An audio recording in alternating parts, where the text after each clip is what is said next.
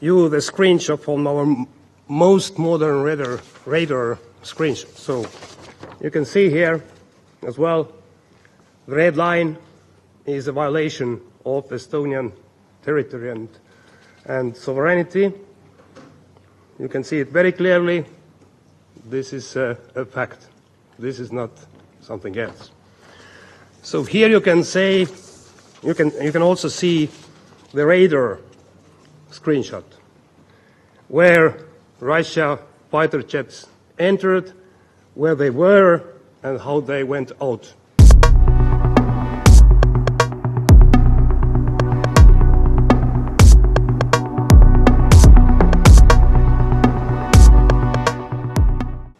These are the hard facts based on solid evidence, whatever Russia is claiming. And let me show you the screenshot from our most modern radar screenshot. So you can see here as well, the red line is a violation of Estonian territory and sovereignty. You can see it very clearly. This is a fact. This is not something else.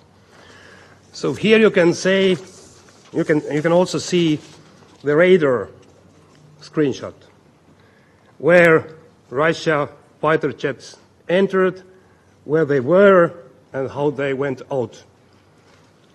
They were warned already before.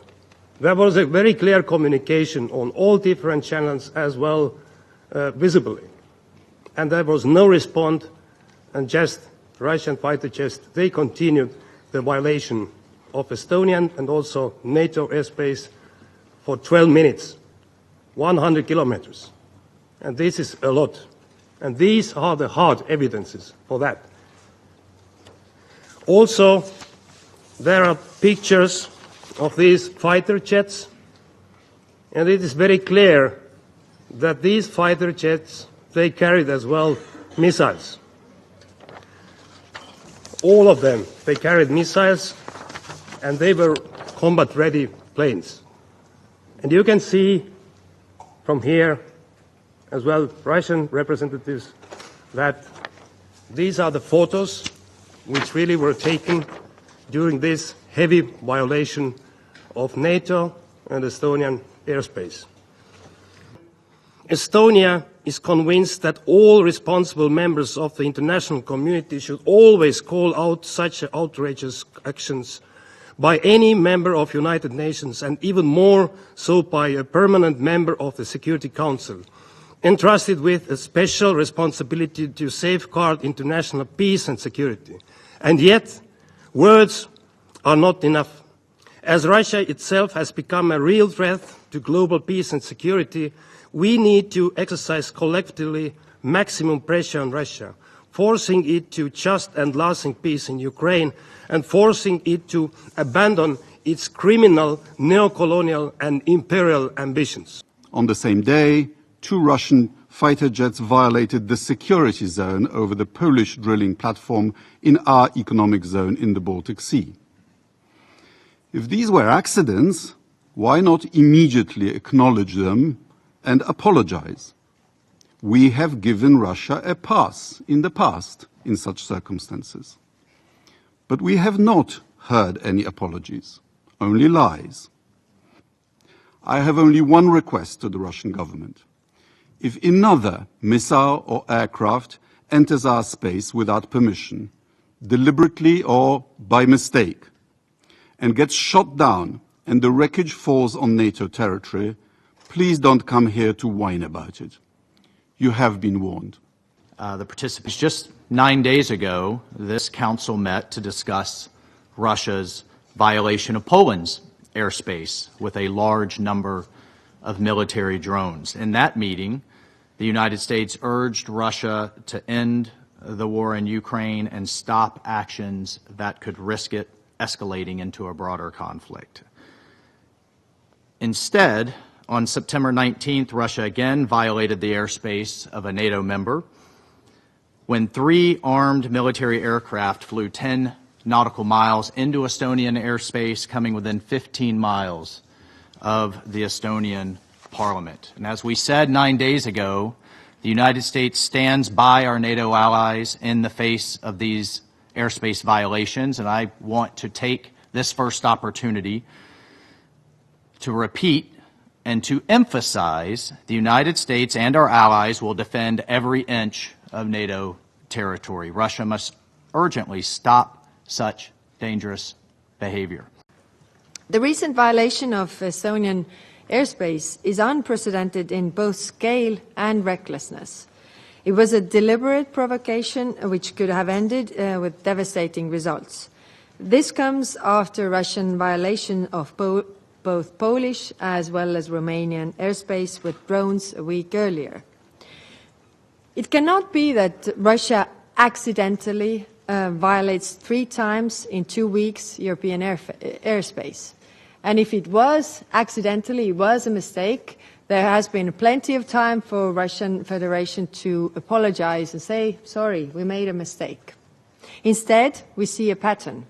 Russia is testing European borders, probing our resolve, undermining the security of the whole of Europe. Russia will continue to provoke as long as we allow it. Therefore, the United Nations and the international community must clearly condemn such actions. It is a breach of the UN Charter, which obliges all states to respect the sovereignty and territorial integrity of other countries. Well, let me be very clear. European security starts with Ukraine. And any provocation against EU member states will only strengthen our resolve to support Ukraine. I say this openly to Russian representatives in this room. Your government's actions are reckless, dangerous, and go against the very principles of the United Nations. Our response is united and firm. First, we stand in full solidarity with Estonia, Poland and Romania. Second, we collectively condemn Russian sovereignty violations. And third, the European Union will continue to help strengthen European defence and deterrence, together with NATO. And fourth, for every test or every violation of our security, our resolve to support Ukraine grows. This paranoia is reaching unprecedented heights. Just last week, we were forced to listen in this hall to baseless claims about alleged Russian drones entering Polish airspace. Not a single piece of confirmed evidence proving that these drones were of Russian origin has been presented to this day. It is also telling that just a few days later it became known that the incident involving damage to the roof of a residential building in the Lublin voivodeship, which became a key element of this anti-Russian campaign, was in fact the result of an accidental missile dropped from a Polish fighter jet. And today, Polish Prime Minister Tusk admitted that not a single drone found was loaded with explosives or posed a threat to civilians. The Polish opposition has directly stated that this is an outright provocation aimed at trying to drag Poland into the war. Mr. Chairman, we take accusations against our armed forces very seriously. We always strive to obtain the facts that would allow us to understand what actually happened in the end. Therefore, in an effort to get to the bottom of the situation, we immediately proposed to the Polish side to hold bilateral consultations. However, there was no adequate response to this initiative from Warsaw. This only indicates one thing. Neither Warsaw nor Brussels is interested in the truth. All they need is a pretext for a new round of the Russophobic campaign. Today we are forced to witness the second act of this spectacle called Blame Everything on Russia. Now our neighbors have imagined that because of Russia, there was a violation of Estonian airspace. As always, there is no evidence, just Russophobic hysteria and Stalin, whom our Estonian colleague will vividly present to us today. Meanwhile, the facts show that on September 19th, 3 Russian MiG-31 fighter jets carried out a scheduled flight from Karelia to an airfield located in the Kaliningrad region, which was conducted strictly in accordance with international rules for the use of airspace. The Russian aircraft did not deviate from the agreed route and did not cross into Estonian airspace. Their trajectory passed over the neutral waters of the Baltic Sea at a distance of more than 3 kilometers from the island of Vendlu. This is confirmed by objective monitoring data. If Estonia had wanted to, they could have verified this themselves. But Tallinn has no such intention. Their objective is something else. The goal is to stir up hysteria and accuse Russia of provocations, contrary to facts and common sense. And now, NATO representatives have already rushed to call what is happening reckless behavior. Meanwhile, the head of European diplomacy, who is also from Estonia, called for a firm stance in support of the Baltic countries.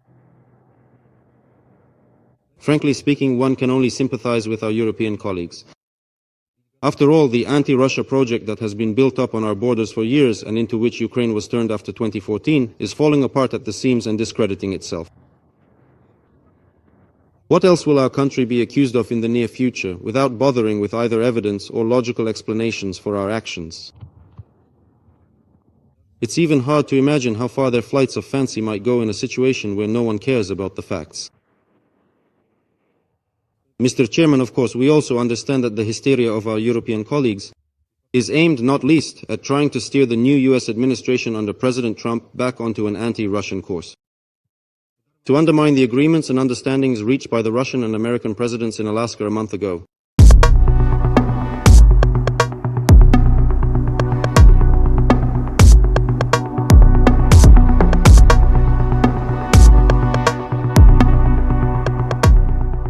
Our message to the Russians is clear.